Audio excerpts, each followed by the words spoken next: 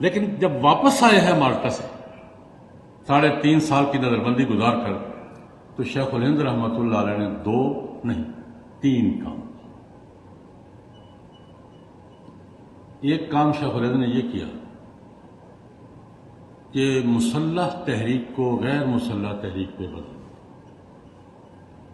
عدم تشدد. عدم تشدد کی تحریک کا آغاز شیخ الہند سے ہوتا ہے اور تشدد کی تحریک کا اختتام شیخ الہند پر ہوتا ہے. ان کا پہلا دور تشدد کی تحریک کا ہے، مسلح تحریک کا ہے. کیا میں بات عرض کرنا چاہوں، یہ تشدد اور عدم تشدد، مسلح اور پرامن، نہ وہ فرائض میں سے ہے نہ یہ فرائض میں سے ہے. حالات کا تقاضا ہے. حالات اس کے ہوں تو وہ فرض ہے، حالات اس کے ہوں تو یہ فرض ہے. اس کا نثار حالات پر ہے، مواقع پر ہے. اس میں کوئی بات بھی حرف آخر نہیں ہے.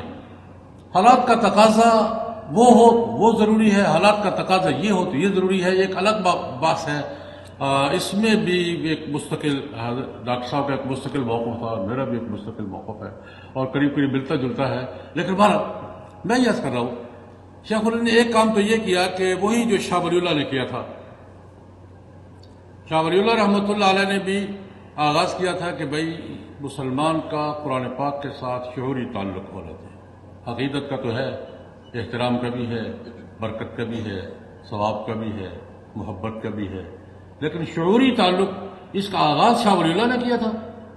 اور پھر 1857 کے ماحول میں اس کی تجدید کی ہے شیخ الہند نے، یہ کہہ کے کہ میں مالٹا کی اسارت میں سال ہا سال غور کرتا رہا ہوں.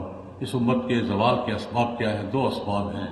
ایک آپس کی لڑائیاں جھگڑے، اور دوسرا قرآن پاک سے شعوری تعلق نہیں ہے.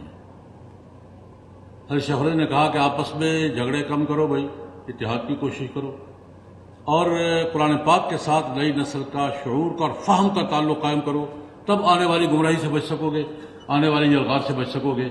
میں سمجھتا ہوں کہ شیخ الہند رحمۃ اللہ علیہ نے ایک کام یہ کیا. دوسرا کام شیخ الہند نے یہ کیا، ایک تقسیم تھی ہماری، بہت بڑی گہری تقسیم تھی دیوبند کی اور علی گڑھ.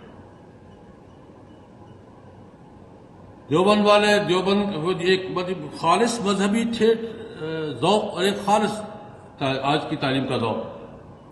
اس تقسیم کے اثرات آج تک باقی ہے کہ مدرسے کا پڑھا ہوا آدمی کالج کے پڑھے ہوئے کو پتہ نہیں مسلمان کیسے سمجھ لیتا ہے، لیکن اس سے آگے کچھ نہیں سمجھتا اس کو. گمراہ لوگ ہیں، بیکار لوگ ہیں، نہ کوئی ان کا میان ہے نہ کوئی عقیدہ ہے، یہ ایک ذہن ہے. اور کالج یونیورسٹی کا پڑھا ہوا شخص مولوی کے بارے میں اس کا سمجھے کہ اس سے زیادہ بیوقوف شاید دنیا میں کوئی نہیں. بیوقوف آدمی ہے، بیکار آدمی ہے، کسی کام کا نہیں ہے. یہ تصور بنا ہوا تھا.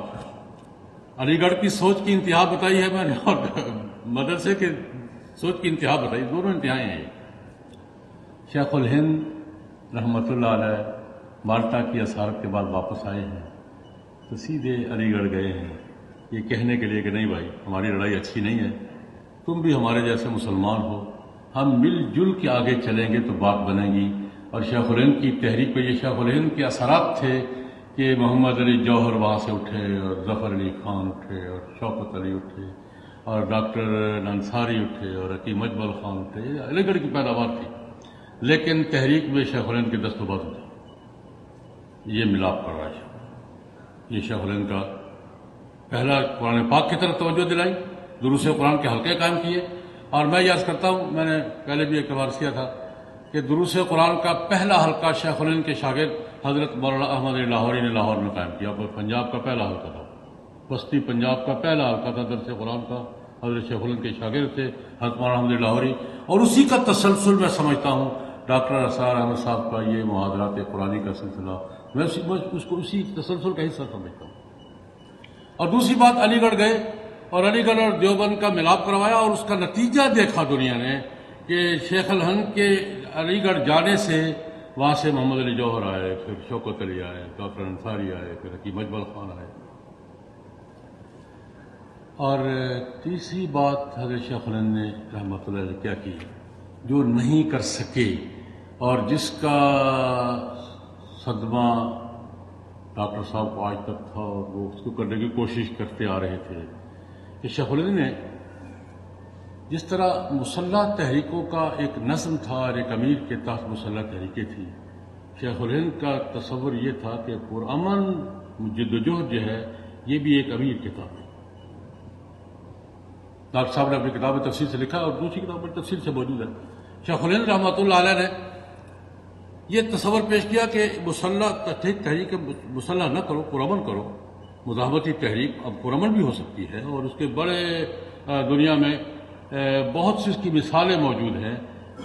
ڈاکٹر صاحب نے محترم نے ایران کی مثال وہ بھی ہے، اور میں اس میں مثال دیا کرتا ہوں یہ مارٹن لوتھر کنگ کی تحریک کا، کہ کالوں کے حقوق میں مارٹن لوتھر کنگ نے پرامن طریقے سے جدوجہد کی، اور یہ پرامن جدوجہد بھی اگر طریقے سے ہو، سلیقے سے ہو، یہ بھی نتائج دیتی ہے اور نتائج پیدا کرتی ہے۔ تو شیخ الہند کا نقطہ نظر یہ تھا کہ یہ پرامن جدوجہد بھی ایک امیر کتابیں ہونی چاہیے، عمارت کا نظام ہونا چاہیے۔